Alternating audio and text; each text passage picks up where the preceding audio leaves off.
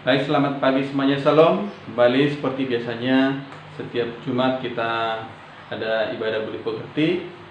Nah, walaupun pagi hari ini kita mengikuti di rumah masing-masing, tapi tetaplah kita semangat. Baik, pagi hari ini kita belajar, kita akan mendengarkan firman Tuhan dari Amsal pasal 16 ayat ke-22 yang mengatakan, akal budi adalah sumber kehidupan bagi yang mempunyainya. Akal budi artinya pikiran sehat.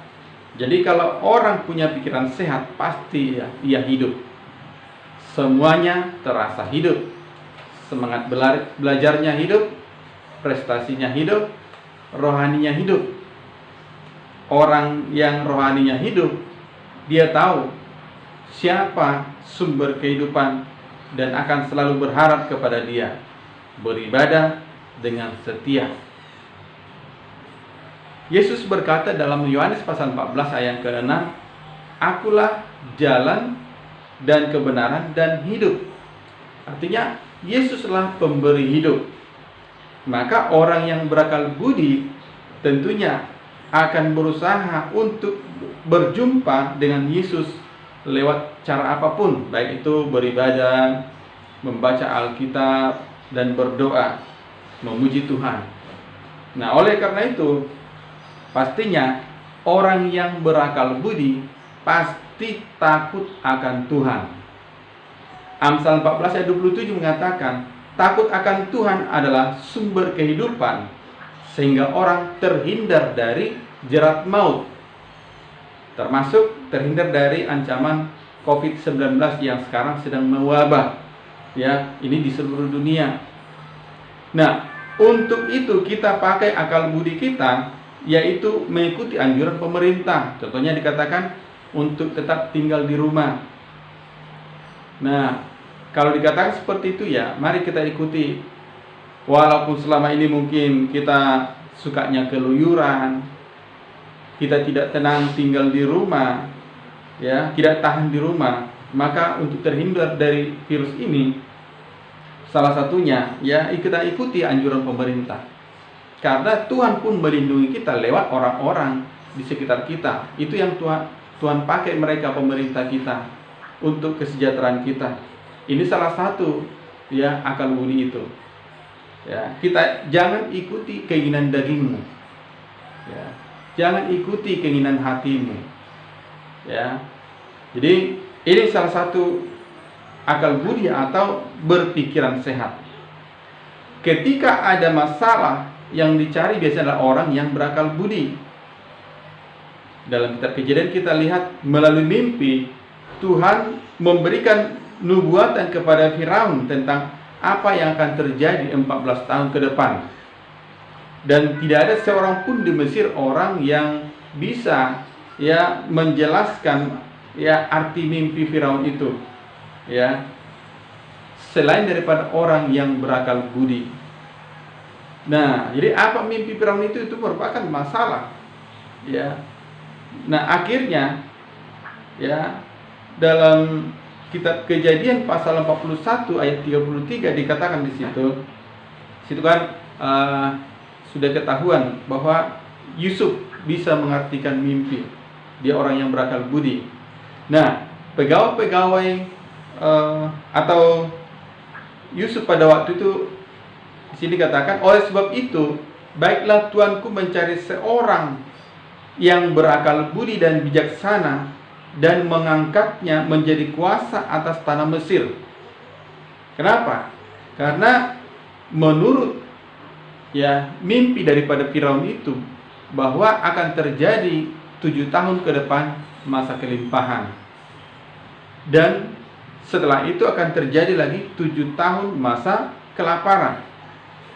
Nah, jadi karena berakal budi, Yusuf yang pada waktu itu memang masih di penjara akhirnya dibebaskan untuk memberitahukan arti mimpi Firaun, ya, bahwa akan terjadi 7 tahun kelimpahan dan 7 tahun kelaparan. Nah, pada akhirnya Firaun mengangkat Yusuf sebagai penguasa atas seluruh negeri Mesir untuk mengatasi apa yang akan terjadi itu. Maka ketika terjadi kelaparan di seluruh dunia pada zaman itu, hanya di Mesirlah yang ada stok gandum yang berlimpah.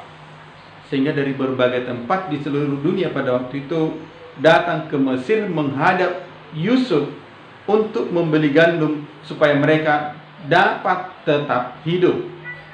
Nah, ini yang dikatakan akal budi adalah sumber kehidupan bagi yang mempunyainya. Bagi orang yang tidak berakal budi, masa kelimpahan pasti dihadapi dengan hidup berfoya-foya hingga akhirnya jatuh miskin, kelaparan, dan mati. Ini ada contohnya di Alkitab tentang anak bungsu, ya, ketika dia meminta harta warisan dari orang tuanya. Nah, akhirnya dia pergi ke kota lain dan menghabiskan hartanya itu sampai pada akhirnya dia tidak mempunyai apa-apa lagi dan dia juga tidak tahu bekerja dan dia terancam mati kelaparan. Nah, untung dia segera sadar, ya, mengingat bahwa di rumah bapaknya pegawai-pegawai pun kenyang makan, berkelimpahan. Nah, kembali untuk mengatasi masa kelaparan, Yusuf memungut 1/5 dari orang Mesir, ya. Dalam Kejadian pasal 41 ayat 34 dikatakan di sini, baiklah juga tuanku Firaun berbuat begini, yakni menempatkan penilik-penilik atas negeri ini, dan dalam ke-7 tahun kelimpahan itu memungut 1/5 dari hasil tanah Mesir.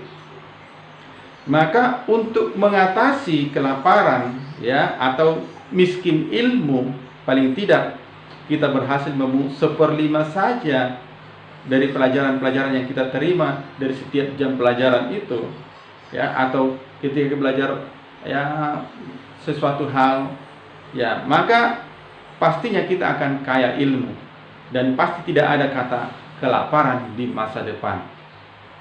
Banyak ilmu, banyak taktik, sehingga kita bisa bekerja untuk memenuhi kebutuhan kita ke depan. Tidak ada kata kelaparan bagi orang yang punya ilmu atau yang berakal budi.